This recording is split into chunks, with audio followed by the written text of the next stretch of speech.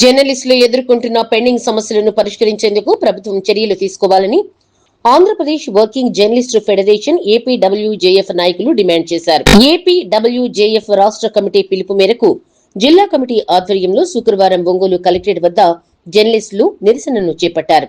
ఈ సందర్భంగా ఏపీడబ్ల్యూజేఎఫ్ జిల్లా అధ్యక్ష ప్రధాన కార్యదర్శులు షేక్ చిన్న కరీముల్లా, దాసరి సునీల్ మాట్లాడుతూ జిల్లాలో జర్నలిస్టులకు ఇళ్ల స్థలాల కేటాయింపు సమస్య అపరిష్కృతంగా ఉందని, ఎన్నికల సమయంలో జర్నలిస్టులకు ఒక్కొక్కరికి 3 సెంట్లు చొప్పున కేటాయిస్తామని గత ప్రభుత్వం జీవో జారీ దరఖాస్తులు స్వీకరించిందన్నారు.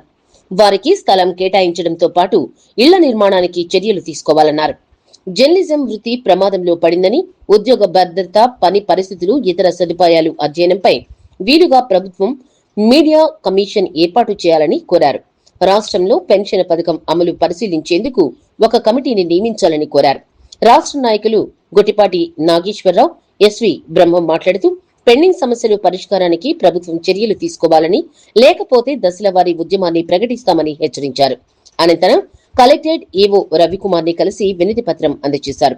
కార్యక్రమంలో మీడియా కెమెరామెన్ అసోసియేషన్ అధ్యక్షులు వి నాగేశ్వరరావు, ఏపీడబ్ల్యూజేఎఫ్ రాష్ట్ర కార్యదర్శి Bhaktavachalam, TV nine staff reporter Firoz Baig, TV five star reporter Janardhan, RTV staff reporter Sheikh Srinivas, Sakshi TV staffer Meesala Srinivas, 10 TV staffer Shankar, P9 TV managing director Polineni Kiran, Andhra Prabha bureau incharge P Vijay Bhaskar Reddy, APWJF జిల్లా ఉపాధ్యక్షులు షేక్ హుషీదా, ఉపాధ్యక్షులు యు రాజశేఖర్, సాయి, కోశాధికారి వి కోటయ్య, జిల్లా వ్యాప్తంగా జర్నలిస్టులు పాల్గొన్నారు.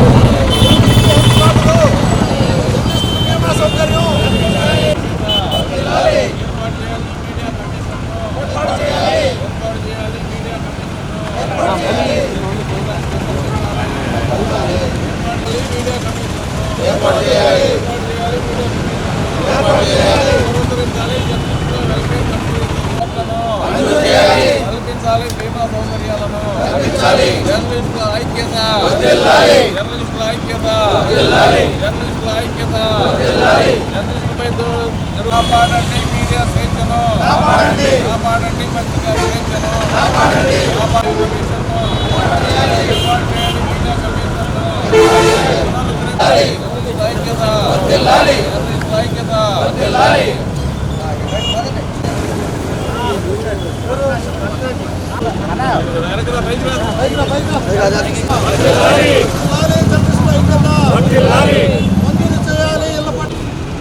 ఏర్పాటు చేయాలి. మీడియా పునరుద్ధరించాలి. జర్నలిస్టుల సంక్షేమ కమిటీలను, మీడియా కమిషన్ ను, జర్నలిస్టుల పెన్షన్ సౌకర్యం, జర్నలిస్టు బీమా సౌకర్యం ఏర్పాటు చేయాలి. ఏర్పాటు చేయాలి.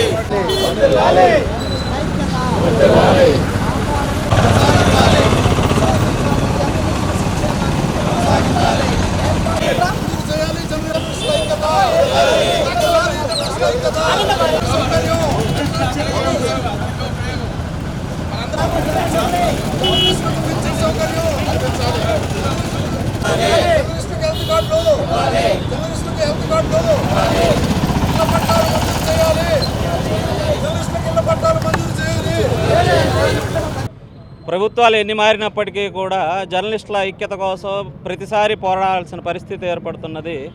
ఏ ప్రభుత్వాలు వచ్చినా కానీ ఏదో ఒక వర్గానికి సంక్షేమ పథకాలు అందజేస్తాం, అవి ఇస్తామని చెప్పి చెబుతున్నప్పటికీ కూడా జర్నలిస్టుల గురించి ఆలోచించిన ప్రభుత్వాలు ఏ ప్రభుత్వాలు కూడా సరిగా ఆలోచన చేయడం లేదు. ఏ పార్టీ అధికారంలో ఉన్నప్పటికీ కూడా ప్రతిసారి జర్నలిస్టులపై అక్కడక్కడ దాడులు జరుగుతూనే ఉన్నాయి. జర్నలిస్టులపై దాడులు చేయాల్సిన పరిస్థితి ఎందుకు ఏర్పడుతుంది అనేటువంటి దాని గురించి, జర్నలిస్టు మీద దాడులు జరగకుండా అరికట్టడం కోసం ప్రభుత్వాలు కమిషన్ ఏర్పాటు చేసి దీనిపై తగు చర్య తీసుకోవాలని చెప్పి మేము మా ఏపీడబ్ల్యూజేఎఫ్ యూనియన్ తరఫున కోరుతున్నాము.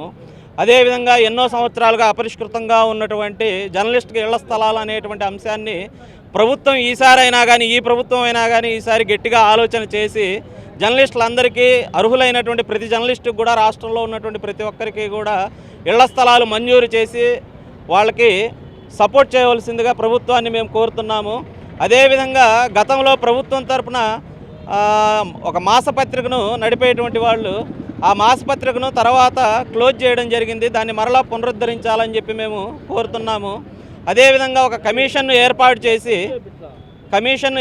చేసి జర్నలిస్టుల సంక్షేమం కానీ జర్నలిస్టులపై జరుగుతున్న దాడులను కానీ వీటన్నిటినీ కూడా అరికట్టాల్సినటువంటి అవసరం ఎంతైనా ఉంది.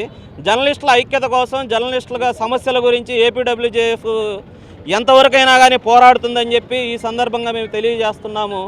మా ఈ పోరాటానికి ఏపీడబ్ల్యూజేఎఫ్కి మద్దతు ఇచ్చినటువంటి మిగిలినటువంటి యూనియన్లన్నిటికీ కూడా ఈ సందర్భంగా మేము ధన్యవాదాలు తెలియజేస్తున్నాం. 6 నెలల క్రితం ఏపీడబ్ల్యూజేఎఫ్ తరపున విజయవాడలో జరిగిన భారీ ధర్నా కార్యక్రమం జరిగింది. ఆ కార్యక్రమంలో మనకి మన మంత్రి పార్థసారథి గారు ఇచ్చినటువంటి డిమాండ్లు మన డిమాండ్లను పరిష్కరిస్తామని చెప్పడం జరిగింది. ఆయన చెప్పి కూడా ఇప్పటికీ మనకు 6 నెలలు అయింది. అయితే ఇంతవరకు జర్నలిస్టులకి గవర్నమెంట్ ఇచ్చిన హామీలు ఏ ఒక్కటి కూడా నెరవేర్చలేదు.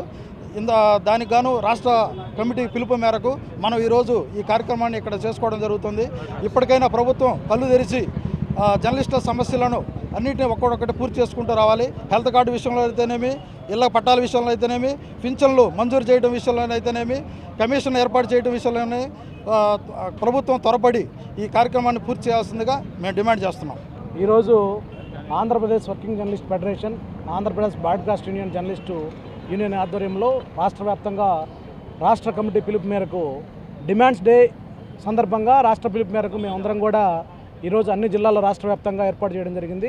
అలాగనే దానిలో భాగంగానే ప్రకాశం జిల్లాలో కూడా ప్రకాశం భవనం వద్ద కలెక్టరేట్ కార్యాలయం వద్ద మన మీడియా మిత్రులందరితో అందరి సహకారంతో ప్రకాశం భవనం ఏర్పాటు చేయడం జరిగింది.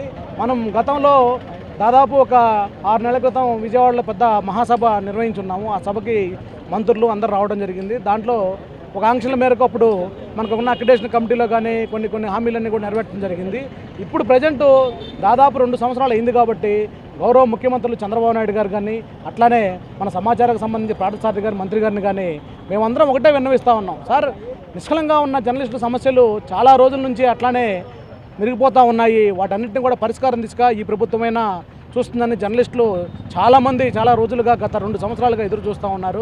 అవన్నిటి కూడా ఇప్పటికి కూడా పరిష్కారం చూపిన దాఖలాలు లేవు. ఎందుకంటే మనం చూస్తూ ఉన్నాం హెల్త్ కార్డు విషయంలో కానీ అట్లాగే ప్రమాద బీమా కానీ, మరి ఇటు పక్కన మన రాష్ట్రంలో చూస్తే కేరళలో పెన్షన్ సౌకర్యం చేశారు. మరి 60 ఏళ్ళు ఎవరైతే దాటారో వాళ్ళందరికీ జర్నలిస్ట్ చేసిన వాళ్ళందరికీ పెన్షన్ ఏర్పాటు చేయడం కూడా కేరళ ప్రభుత్వం చాలా మంచి నిర్ణయం తీసుకుంది.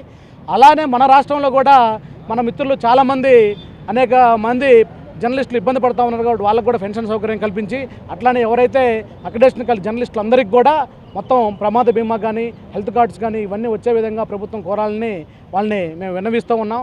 అట్లానే ఆంధ్రప్రదేశ్ వర్కింగ్ జర్నలిస్ట్ ఆధ్వర్యంలో ఎప్పుడైనా కూడా ఏ జర్నలిస్ట్కి ఎక్కడ ఏ సమస్య వచ్చినా కూడా మేము ఆదుకుంటామని సభాముఖంగా తెలియజేస్తూ ఉన్నాం. రాబోయే రోజుల్లో కూడా గవర్నమెంట్ స్పందించకపోతే ఎంత దూరమైనా మేము వెళ్తాం. ఎందుకంటే ప్రభుత్వానికి విన్నవిస్తూనే ఉన్నాం. వచ్చిన దగ్గర నుంచి కూడా రిప్రజెంటేషన్ చేస్తూ ఉన్నాం. గతంలో సీఎం గారిని కలిసాం, లోకేష్ గారికి రిప్రజెంటేషన్ ఇచ్చాం. అట్లానే మంత్రులకి శాసనసభ్యులకు అందరికీ ఇచ్చాం. అట్లానే మన ఒంగోలులో కూడా జర్నలిస్టుల సమస్య అనేది ఎమ్మెల్యే గారి దృష్టికి దామచర్ల జనార్దన్ గారి దృష్టికి తీసుకెళ్ళడం జరిగింది.